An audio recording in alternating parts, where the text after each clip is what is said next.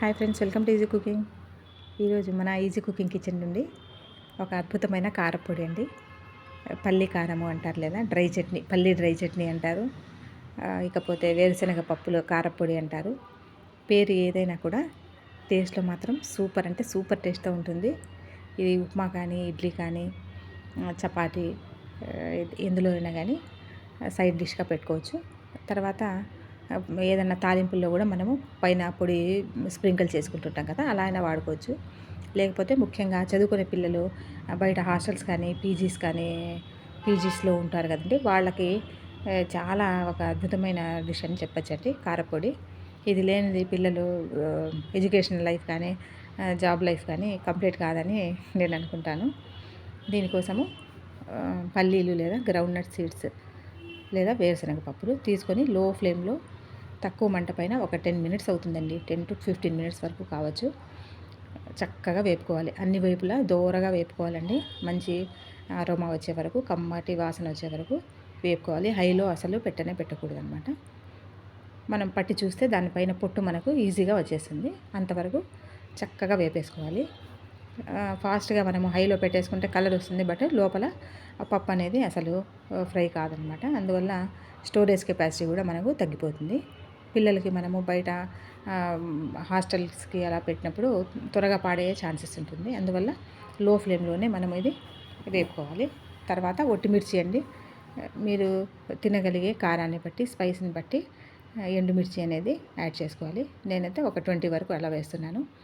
ఇలా ఒక తడి నాప్కిన్తో కానీ తడి బట్టతో ఏదైనా కానీ అలా తుడిచేసుకోండి. లేకపోతే ఇందులో అంతా డస్ట్ ఫామ్ అయి ఉంటుంది, అది మనకు కనిపించదు కళ్ళకి. ఇలా ఈ విధంగా ఒక్కొక్క మిర్చిని తీసుకొని కాస్త లేట్ అయినా కూడా మనము హైజెనిక్గా చేసుకోవాలన్నమాట. ఇది కూడా లో ఫ్లేమ్లోనే తొటిమలతో సహా వేసేసుకోవాలి. మనకు పీనట్స్ లేదా గ్రౌండ్నట్ సీడ్స్ లేదా వేరుశనగ పప్పుల్లో protein, high source of protein అని చెప్పుకుంటాం కదా మనము. తర్వాత ఇందులో హెల్దీ ఫ్యాట్స్ ఉంటాయి, ఫైబర్ ఉంటుంది, వైటమిన్ ఈ, యాంటీ ఆక్సిడెంట్స్ ఉంటాయి. తర్వాత వైటమిన్ B3 ఉంటుంది, మినరల్స్ చాలా వరకు ఉంటాయండి. యాంటీ క్యాన్సరస్ ఎలిమెంట్స్ కూడా ఇందులో ఉంటాయి అని అంటారు. గాల్ బ్లాడర్లో స్టోన్స్ రాకుండా చేస్తాయి అంటారు. చాలా హెల్దీ అయినటువంటి పొడి అండి ఇది. తర్వాత మనము డ్రై మిర్చి తొడిమలు చల్లగా అయిన తర్వాత తుంచేసుకోవచ్చు. ఎందుకంటే ముందుగానే మనం తుంచేసుకుంటే ఇల్లంతా ఘాటు వచ్చేస్తుంది. ఆ సీడ్స్ అన్నీ, మనకు మిర్చి సీడ్స్ అన్నీ కడాయికి అంటుకొని నల్లగా మాడిపోతాయండి. మన పొడి కూడా చేదయ్యే అవకాశం ఉంది కాబట్టి తొడిమలు తర్వాత తీసుకోవాలి, మంచిగా ఉంటుంది.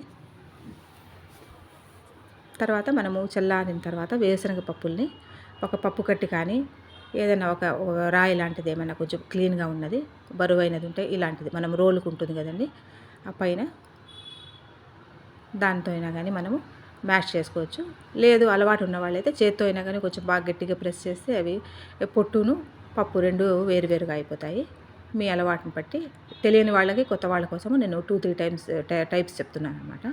పప్పు కట్టుతో కానీ ఇలా రోకలతో కానీ చేసుకోవచ్చు, మ్యాష్ చేసుకోవచ్చు. చూడండి, ఇలా అయినా కానీ, లేకపోతే మనం చపాతీ రుద్దుకుంటాం కదా కర్ర, రోలింగ్ పిన్ అంటారు, దాంతో అయినా కానీ చేసుకోవచ్చు. మనకు ఈ పొట్టు సపరేట్ కావాలన్నమాట. ఈ విధంగా చేసుకున్న తర్వాత చాటులో వేసుకొని చెరిగేసుకోవాలి. ఇప్పుడు అపార్ట్మెంట్స్లో అంత అపార్ట్మెంట్ కల్చర్ వచ్చింది కాబట్టి చెరుక్కోవడానికి కూడా మనకు ఇవాళ రేపు స్థలం ఉండడం లేదు. అందువల్ల అది కూడా చూపిస్తాను నేను. 2-3 టైప్స్ చూపిస్తే ఎవరికి ఏది అవైలబుల్గా ఉంటే వాళ్ళు అది ఫాలో అవుతారనే ఉద్దేశంగా నేను 2-3 టైప్స్ ఏదైనా కానీ నాకు చాదనేంత వరకు మీకు తెలియచేయాలని నేను ఆశిస్తున్నాను. చూస్తున్నారు కదా, ఇలా చక్కగా చేత్తోనైనా కానీ మనం అలా రబ్ చేసుకుంటూ ఉంటే అవి పొట్టు అనేది వచ్చింది. ఇన్ఫ్యాక్ట్ పొట్టు ఉంటేనే చాలా మంచిది. పొట్టులో కూడా మనకు యాంటీ క్యాన్సరస్ ఎలిమెంట్స్ ఉంటాయి. కాకపోతే కొంతమంది ఇష్టపడరు, అందుకని నేను కంప్లీట్గా తీయను, అలాగే ఉంచేయండి. 50-50 అలా కాస్త పొట్టు ఉన్నించి కాస్త తీసేసుకుంటే బాగుంటుంది. చూడండి, అలా ఒక జాలి గరిటెలో కానీ అలా మెష్ లాంటి స్పూన్లో కానీ కొంచెం అట్లంటే మనకు పొట్టు వచ్చేసింది. లేదంటే ఇది పాతకాలం నాటి పద్ధతి అండి, చాట్లో వేసుకొని ఎవర్ గ్రీన్ ప్రొసీజర్ ఇది. చాట్లో వేసుకొని కొంచెం ఐడియా ఉంటే చేసేసుకోవచ్చు ఇలాంటి పనులన్నీ. చక్కగా చెరిగేసుకోవాలి. ఎక్కడైనా బయట చెట్ల గార్డెన్లో కానీ అలా ఉంటే ఆ గార్డెన్ కూడా కాస్త ఫర్టిలైజర్గా ఇది పనికి వస్తుందన్నమాట. చూస్తున్నారు కదా, చక్కగా మనము చాట్లో చెరిగేసుకొని పక్కన పెట్టేసుకోవాలి. తర్వాత ఒక మిక్సీ జార్ తీసుకొని అందులో మనము ఆల్రెడీ వేయించుకున్న ఒట్టిమిర్చిని యాడ్ చేయాలండి. కాస్త కూడా తేమ అనేది, మాయిశ్చర్ అనేది తగలకూడదు. ఇది మా నాన్నమ్మ గారి కాలం నుండి కాస్త అట్లా బెల్లం వేసుకోవడం అలవాటండి. రసము, సాంబారు ఇలాంటి పొళ్ళలో జాగరి వేసుకుంటాం మేము. రుచికి సరిపడా సాల్ట్, 1 టీ స్పూను జీలకర్ర యాడ్ చేసి కాస్త గ్రైండ్ చేసుకోవాలి. తర్వాత ఆల్రెడీ మనము వేపుకున్న పల్లీలను కూడా యాడ్ చేసుకోవాలండి. అవి చివరిలో కాస్త రవరవలాగా ఉంటుందండి, అది పడేసుకోవచ్చు, అది అవసరం లేదనమాట. వేయుని కూడా వేయకూడదు. అది చూపిస్తాను చూడండి, చివరగా ఇలాంటివి ఉంటాయి, అవి పడేసుకోవచ్చు, డిస్కార్డ్ చేసేయచ్చు కంప్లీట్గా. ఒకసారి మరీ మెత్తగా లేకుండా అలా కోర్సుగా మనము పౌడర్ చేసుకోవాలి. జాగరి వేసాను. తర్వాత గార్లిక్ క్లోవ్స్ లేదా చిన్న ఉల్లిపాయలు అంటారు, వెల్లుల్లి అంటారు. పొట్టు తీసినవి ఒక 10, పొట్టు తీయనివి ఒక 10 క్లోవ్స్ అలా వేసాను నేను.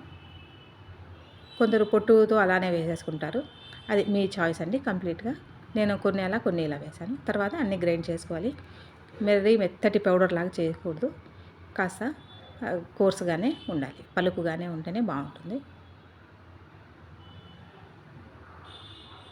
ఇలా చేసి పెట్టుకుంటే మనకు ఉప్మాలో సైడ్ డిష్గా నంచుకోవడానికి ఎలా మరి చట్నీ కానీ అలా అవసరం ఉండదండి. ఇది ఒక 15 days to 20 days వరకు స్టోర్ చేసుకోవచ్చు హ్యాపీగా. 1 month అయినా కానీ, ఇన్ఫ్యాక్ట్ 1 month అయినా ఉంటుంది. మనము డ్రైగా అని పెట్టుకుంటే బాగుంటుంది. ఇలా సర్వింగ్ బౌల్లో సర్వ్ చేసుకొని వేడివేడి అన్నంలో కాస్త నెయ్యి వేసుకొని తిన్నా బాగుంటుందండి. మీరు కూడా అందరూ ఒకసారి తప్పకుండా ట్రై చేయండి. ఎలా ఉందో కామెంట్ చేయాలి. చాలా యూస్ఫుల్ అండ్ టేస్టీ అయినటువంటి కారప్పొడి అండి. మీరు కూడా ట్రై చేయండి. అంతవరకు టేక్ కేర్, బాయ్ బాయ్.